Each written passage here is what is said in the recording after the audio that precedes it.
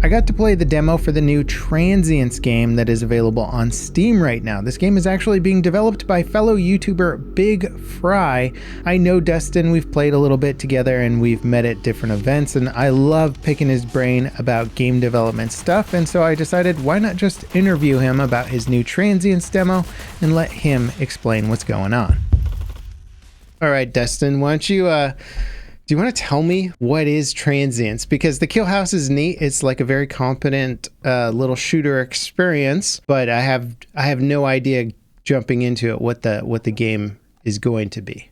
Yeah, so we want it to be a first-person stealth action tactical FPS. The three games we keep going back to is Max Payne, Rainbow Six, and Splinter Cell as our inspiration. Imagine taking like Sam Fisher, dropping him into like a near future kind of John Wick universe and putting it in first person and seeing what happens. That's kind of what we're going for here. And let me back up for a sec. You're a content creator. You started off as a content creator. Then you got into making this project. How did you get into it, and why did you decide you wanted to make Transience? It initially started with game jams. We hosted one in, I want to say 2021 now. My years are totally screwed. The winner of our first game jam, his name is Frankie. He's been a big part of the community before that and ever since, right? So we hosted another one in 2022, and during that time, I was speaking with a couple of devs in my community, Flo, Frosty, and Frankie. We were just kind of floating the idea of making a game that would make fun of like crypto bros and you know, the crypto island and stuff like that. And it was going to be a little meme game, right? But we started talking about like costs and how much it would, you know, cost to fund it and what we could do. And when I saw the budget, I was just like, why don't we just, instead of making a meme that, you know, 20 people in my community will play for this money, why don't we actually see what we can do? And so Frosty and Frankie did a prototype in 30 days. They wanted to do an FPS. And I said, like, I don't know. I'm an FPS content creator. If we can't make it good, like, that's my reputation. That's my ass. Let's see what this prototype is, and then we'll go from there. And I played the prototype, and it was just like, you could shoot out lights. The AI reacted to you. It had a very unique kind of, I would say, retro art style. You could sell this right now for a couple of dollars, and I think people would be happy. That's crazy. Okay, well, let's throw some money at this. Let's get the right people in place. And it just kind of spiraled from there. Like we got 15, you know, developers between like contractors and monthly salary. Like, it's kind of crazy just how we went from that to this. The AI and moving around and stuff, it's all really clean. Like, it actually plays out really nicely. And I think from showing the groundwork of what you have here, it gets me excited. I like that you can even do stuff like shoot out lights and stuff. We have slow-mo in combat. Do you want to tell me, like, are all the combat mechanics in the game right now, or is there more that you want to do with it? So there is another mechanic. We've showed off in the devlogs a little bit, but it's still kind of early in development, and that's our wrist launcher. So in the final game, you're going to be dealing with more than just enemies. There's going to be like security cameras and lights that you're not going to be able to shoot out. But so we have a wrist launcher that allows you to kind of pop off an EMP that'll take out lights. We're also playing around with the idea of a little noisemaker to kind of trigger guards to move, you know, towards it to investigate the sound, and then you can kind of move around. So the wrist launcher still early in development, but that's going to be one of the major, I guess, gadget functions for the game on top of the combat that you guys see now. Can you walk me through the demo a little bit here? I've loaded into the game. I have played through it. Yeah, so the kill house is just a small taste of our combat, our player controller, you know, the moving around, the leaning, the prone, and all of that. Where our AI currently is in terms of our combat effectiveness, as well as a little bit of our art design and environment design. Every time you enter the kill house, it procedurally generates a new layout for you to go into. So every playthrough is just a little bit different. And we just thought that lended just to a little bit of replayability for the demo. But we also know, like, we don't expect you to be in here for hours on end. It's just a small taste of all of the mechanics that we kind of have fleshed out and working also leads to a little bit of feedback gathering for us as well. We want to see how performance is. Do you guys like where we're going? Because we're still early, but if there's certain things people don't like, we've had a lot of feedback on both movement and obviously our AI, which we definitely know needs more work for sure. The AI are fast, certainly. It is hard to gauge their effectiveness just because the live fire range is all just tiny rooms, right? So it's corridors and rooms. So you're like, well, what are they going to be like in an open area? Oh, for sure. And I mean, on top of it, like we don't have things like our vent system in there yet where you're going to be able to crawl around them. The kill house doesn't do the actual gameplay loop that we're going for justice.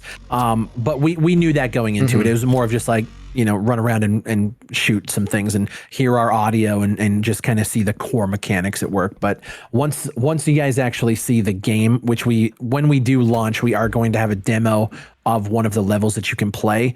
It'll give you a much clearer picture for sure. I know I've seen some of your devlogs and some of your videos on the game. So I've seen some of your levels and the progress and stuff that you guys have made. Just for people watching now, there is obviously a lot more content under works, and on that line, how far along do you guys think you are in the game? Like, how many levels do you have done? How many levels do you have planned? So we have 7 levels, 8 levels over 7 environments, because one of them's kind of being combined into one kind of huge environment. And we're actually just starting the blockout, which you guys have seen in the last devlog, the one we just released, of our 5th environment. So the last 4, basically post demo, we realized that we have some issues with some of the collision on, a lot of our walls and kind of outer, frames of these levels. So we're going back and we're cleaning up a lot of the stuff now based on demo feedback.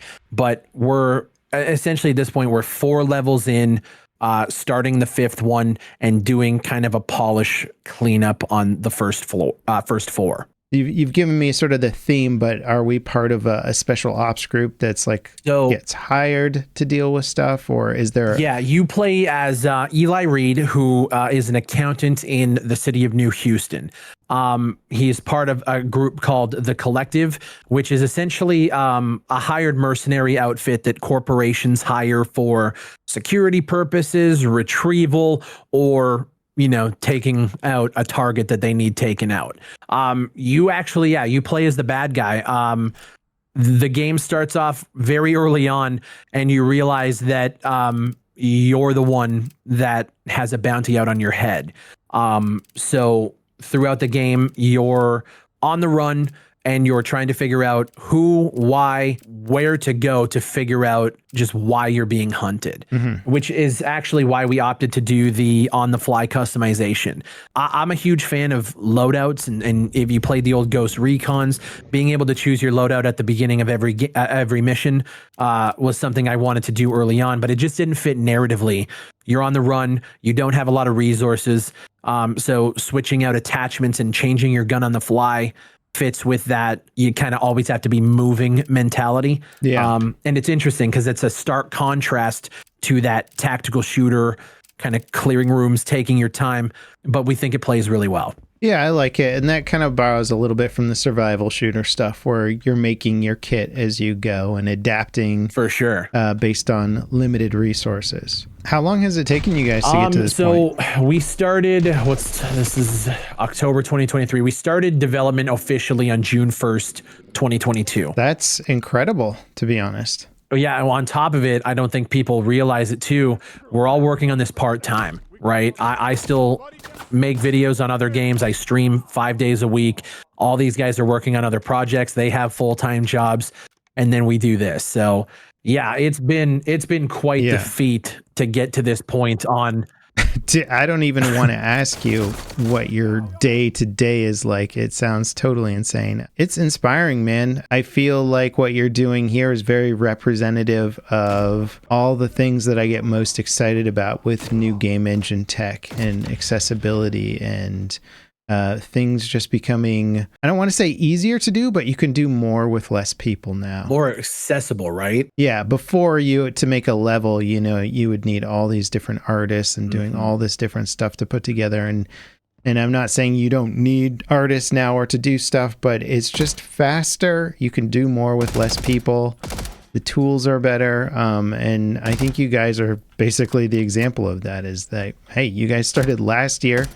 You have a playable demo. You're 5 levels into your, was it 7 or 8 level plan? 7 environments. Yeah. Really impressive, man. Thank you, bro. Yeah. It's the day to day is a lot. But we balance it very well. And I'm excited. The fact that we put the demo out there and people can see that, yeah, it's not done, but there's a foundation here that is super solid. And man, there's people that are putting like 25 hours into the demo just screwing around, and like that's the reason we wanted to put it out there, just to see if we're on the right track. And it's been super validating. There's a lot of excitement around it, and we're tired, but we're still cooking. So what's been like got you guys stuck the most, or you just like hate the one thing about this part of development? Yeah, in terms of the actual tech development, AI is such a challenge, man. We were working on our own kind of, I guess you'd say, a plugin to allow them to take cover. And man, we just ran into so many engine issues with writing our own system for it. It turned into a big pain in the ass. And it's the reason why it took so long to get the AI to this point. It's a lot of work. And for a small team, when nobody really has a background in like AI and that kind of tech, we do have a great advisor who does work at EA, who's been kind of helping us through that process. But yeah, AI definitely the toughest. It's usually the thing that even AAA studios struggle with is just getting their AI to be fun, reactive, and it all comes down again to the details. Why did everybody like Halo's AI so much, when you can look at it from a technical level and you're like, oh, well, there wasn't all that much that was like super impressive about what they're doing, but for whatever reason, the way they dialed it in, it just felt very realistic and immersive. And there's a magic to AI in which you can program it all you want, but it comes down to how it feels. You can go in and have a plan for it, but when it comes to that, throw it out the window and just consistently tweak and test and try to build upon it from there. Yeah, it sounds crazy, but very cool. And it's also awesome that you're showing the process along the way for anybody watching now who doesn't know. You have your own YouTube channel, Big Fry TV, and you've been showing devlogs and processes. Do you have a launch window in mind, or are you just avoiding that until you feel more comfortable? Yeah, 2024. We wanted to do 2023 when we first announced it, but like development things happen. It just never goes the way that you want it to go. So 2024, I would say we're very confident that we're going to hit a launch window probably in the later half of next year. Well, thanks for doing the interview, man. I'm very excited to see what kind of other demos and updates you launch, and I'll be checking those out as well. Hell yeah. Is there anywhere you might want to send people? Yeah, go check out the Steam store. The demo is up there for Steam Next Fest. We're still debating. I think we're going to keep it on. Don't quote me yet. I still got to talk to my guys. Just keep the demo public, but go to the Steam store. If you like what you see, wish list it. And if you want to get more info, devlogs on the channel. And yeah, I kind of post some things on Twitter every now and again, but wish list it and go over to the YouTube and keep up to date there. Cool. Well, thank you very much, Destin. Appreciate it, man. Yeah, you too, man. Thank you. And good luck with the rest of everything.